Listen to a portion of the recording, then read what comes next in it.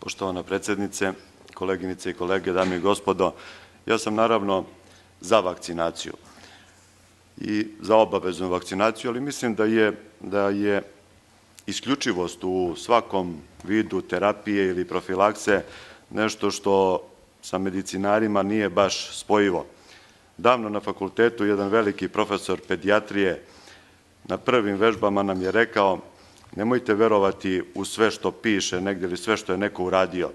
Ja sam na prvom koraku poklekao kada sam jednoj majci koja je histerisala da detetu od 5 godina sa temperaturom od 38 dam pola aspirina.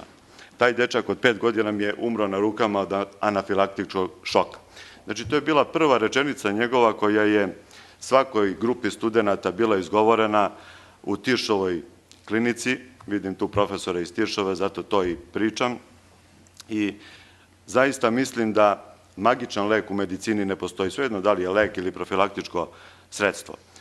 Obzirom da sam pulmolog, pneumofiziolog i da svakoga dana imam kontakta sa ljudima koji boluju od tuberkuloze i da sam za ovih 20 godina imao preko 100 pacijenata obolelih od tuberkuloze koje sam lečio, mogu vam reći da je 90% njih bilo uredno vakcinisano protiv tuberkuloze. Uredno vakcinisano i revakcinisano, ipak su oboleli.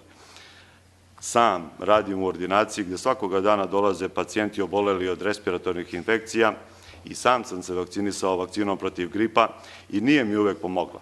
Tako da, zaista, ja sam za to da se vakciniše, ja sam za profilaksu, ali ako neko odbije da to učini, mislim da ne treba da trpi drakonske sankcije. Ok je da ovi koji su prihvatili obaveznu imunizaciju budu stimulisani, nagrađivani, favorizovani.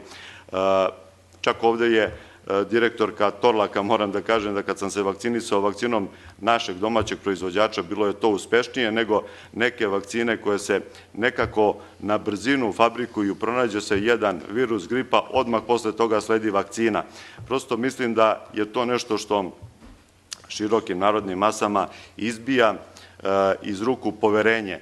Ako neko razmišlja malo kritičnije o nekim stvarima, on vidi da se neke stvari u medicini dramatično ubrzavaju. U medicini se može sve ubrzati, osim ispitivanja leka na onome što se zove pacijent, da li dobrovoljac i dejstvo same vakcine, uspešnost same vakcine ili neželjeni efekti. Obzirom da neželjene efekte možemo da pratimo i direktor je to upravo izneo, oni nisu nešto bitni i dramatični, oni su apsolutno prihvatljivi, ali zaista mislim da ne treba biti toliko isključiv prema onima koji ne žele jednostavno prihvate odgovornost, oni ne žele da se vakcinišu i to je njihov izbor.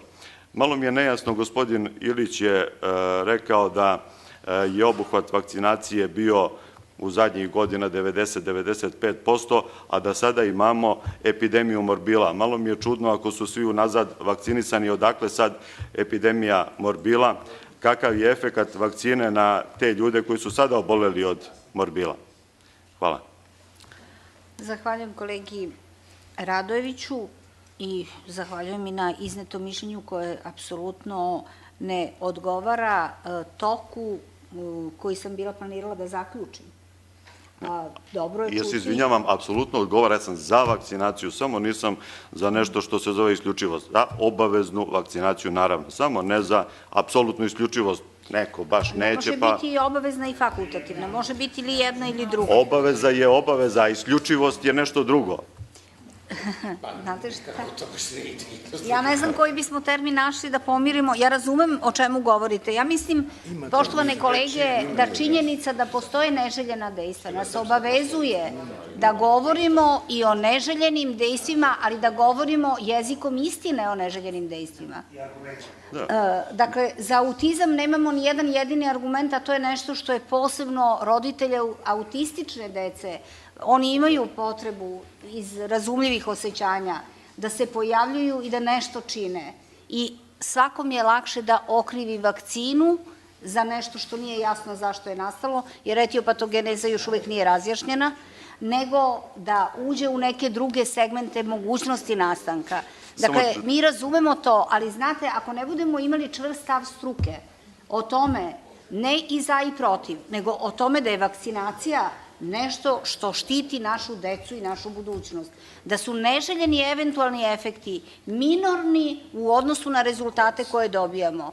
Vi ste, nažalost, dobili možda grip, ali možda bi bio još teži da niste imali vakcinu. Evo, stručnjaci kažu, sigurno ja neću baš kao psihijatar.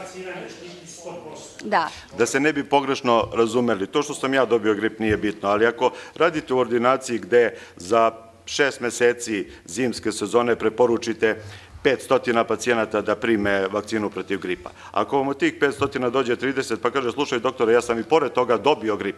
Ali koju formu? Koju formu? Zbog toga kažem, ne možete kažnjavati ljude koji su odbili. To sam hteo da kažem. Inače, sam za to da bude apsolutno.